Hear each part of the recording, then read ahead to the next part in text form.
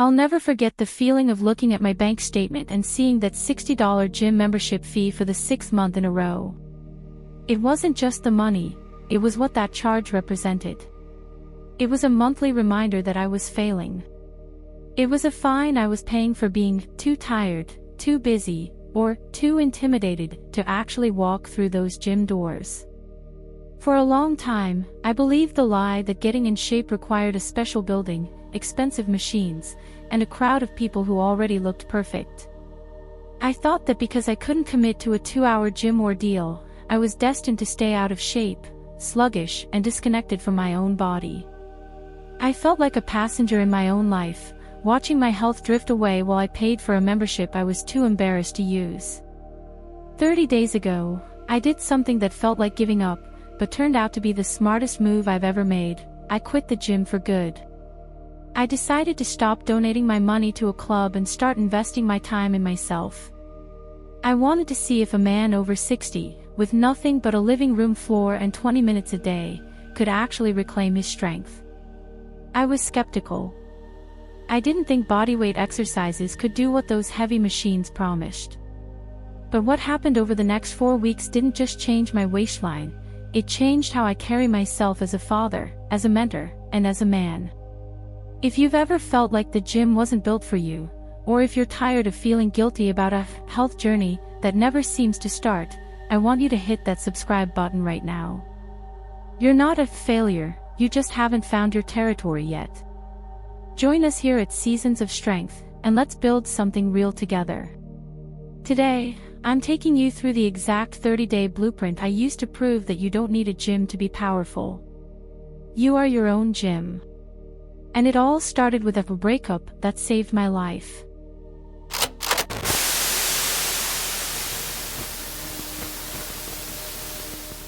Let's go back to how this started. Before this 30-day experiment, my relationship with fitness was what I call the gym paradox. I felt out of shape, so I thought I needed the gym. But because I was out of shape and insecure, I felt too intimidated to actually go to the gym. It's a vicious cycle where the only winner is their accounting department. Like clockwork, I'd get swept up in the new year, new me hype, sign that contract, and for the first week, it felt like progress. I loved the smell of the rubber and the sound of the weights. But the reality of the gym ordeal set in fast. It wasn't just a 45-minute workout. It was the 20-minute drive, the 10-minute circling for a parking spot, the locker room shuffle, and the wait for a machine that someone else was using while scrolling on their phone. A simple workout blew up into a 2-hour mission. And when you have a life, a family, and responsibilities, that's not an investment, it's a roadblock. The worst part, though, wasn't the time, it was the intimidation factor. I'd walk into that weight room and feel like I had a giant neon sign over my head blinking, "I don't belong here."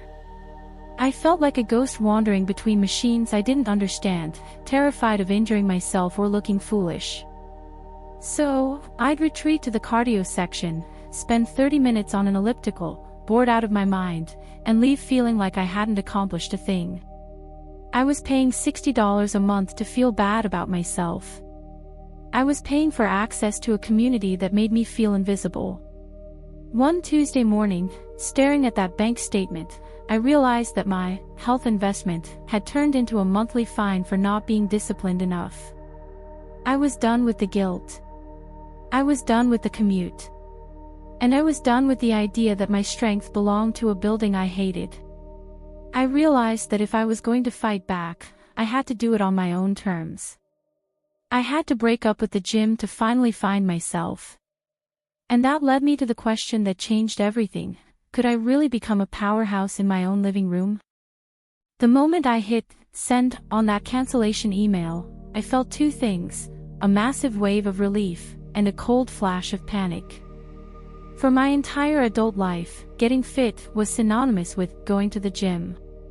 Without the membership, without the heavy iron, and without the monthly fee, I felt like I was drifting without a map. I thought, can you really build a legacy of strength on a living room rug? I started researching, looking for a way to bridge the gap between where I was and where I wanted to be. That's when I stumbled upon a truth that the $100 billion fitness industry doesn't want you to know. Your body is the most sophisticated piece of gym equipment ever designed. I discovered the world of functional bodyweight training.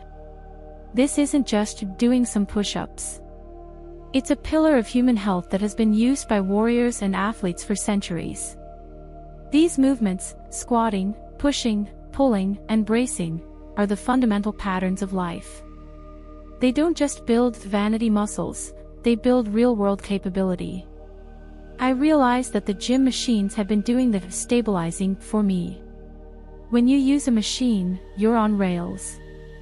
But when you do a bodyweight squat or a plank, every tiny stabilizing muscle in your core, your hips, and your shoulders has to wake up.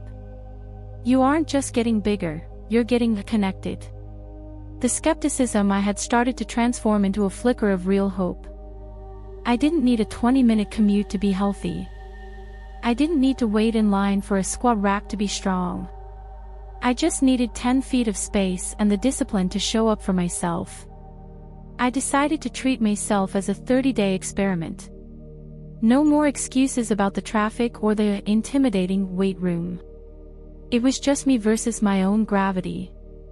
I was about to learn that the path to reclaiming my dignity as a father and a man didn't lead to a club downtown, it led right back to my own home. And that's when I sat down and mapped out the blueprint that changed everything. I want to be clear about something.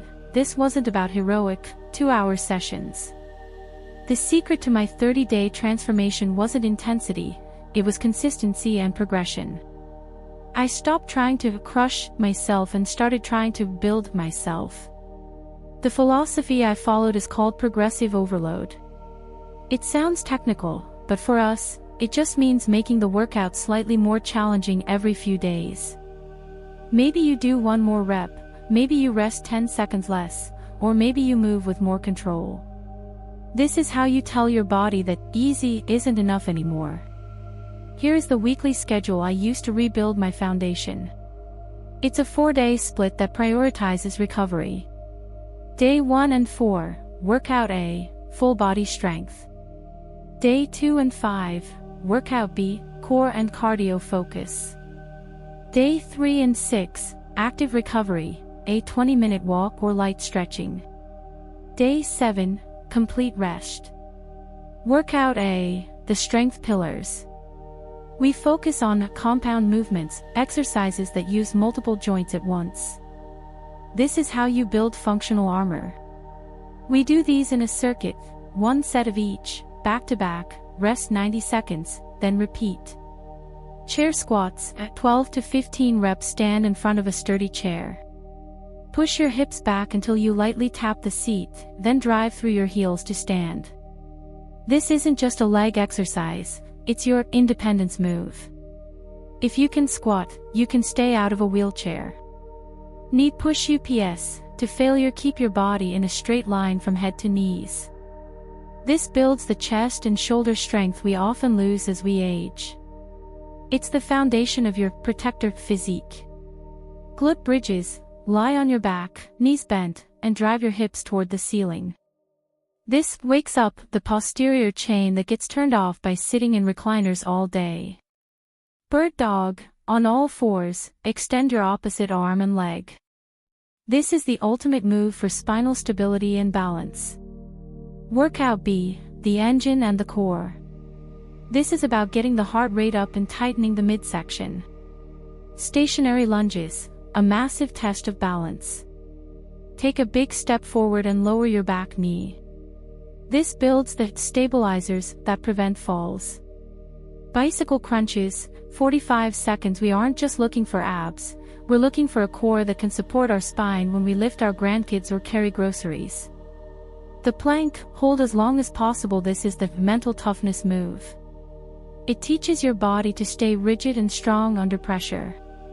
I committed to 3 circuits of these moves. No fancy equipment, no audience, just a man in his living room reclaiming his territory. But as I quickly found out, the hardest part of this blueprint wasn't the exercises themselves, it was what happened in my head during that first week. The first week was, without a doubt, the hardest. Every part of me wanted to quit. I woke up after that first session feeling like I'd been hit by a bus. Muscles I hadn't acknowledged in decades were screaming at me. When it was time for the second workout, my brain started feeding me all the old excuses. You're too sore. You're too old. Just take a week off to recover. This is the first great hurdle of the seasons of strength. It's where most people stop because they mistake muscle soreness for a sign of failure. But I made a promise to myself. I pushed through the stiffness. I did the jumping jacks even though I felt clumsy. I did the lunges even though I was wobbly. And I learned a vital lesson: movement is the cure for soreness. Once I got the blood flowing, the pain faded into a sense of accomplishment. I was finally fighting back. By week 2, the crippling soreness transformed into a manageable ache. Things started to click. My living room wasn't just a room anymore, it was my sanctuary. I developed rituals, a specific playlist, a certain time of morning, that signaled to my brain that it was time to train. I wasn't just exercising anymore, I was a man in training. In week 3, the non-scale victories started showing up. These are the changes that matter more than any number on a scale. I remember carrying a heavy box of groceries up the stairs and realizing I wasn't winded. I noticed I was sitting taller at my desk, my core naturally holding me upright. I was sleeping deeper and waking up with a clarity I hadn't felt in years. These weren't just physical changes, they were proofs of life. By the final week, the dread was gone, replaced by anticipation. I had moved from 2 circuits to 3. I could hold a plank for a full minute. I even caught myself trying a few push-ups on my toes. I felt a sense of ownership over my health that no gym membership could ever buy. The finish line was in sight, and for the first time in a long time, I wasn't just proud of what my body looked like, I was proud of what it could do. I was ready for the reveal, but I didn't realize how much the after would actually change me. The morning of day 31 was surreal. I stood in front of the mirror wearing the same clothes from my before photo. The person looking back at me was different, but not in the way a typical fitness ad would show you. It wasn't some impossible, overnight bodybuilder transformation. It was something much more profound. My shoulders were pulled back. My stance was wider, more grounded. The tired look in my eyes had been replaced by a quiet, steady confidence. When I put the photos side by side, the physical changes were clear: a trimmer waist, more definition in my arms, but the real change was my posture. In the before photo, I looked like a man who had accepted defeat.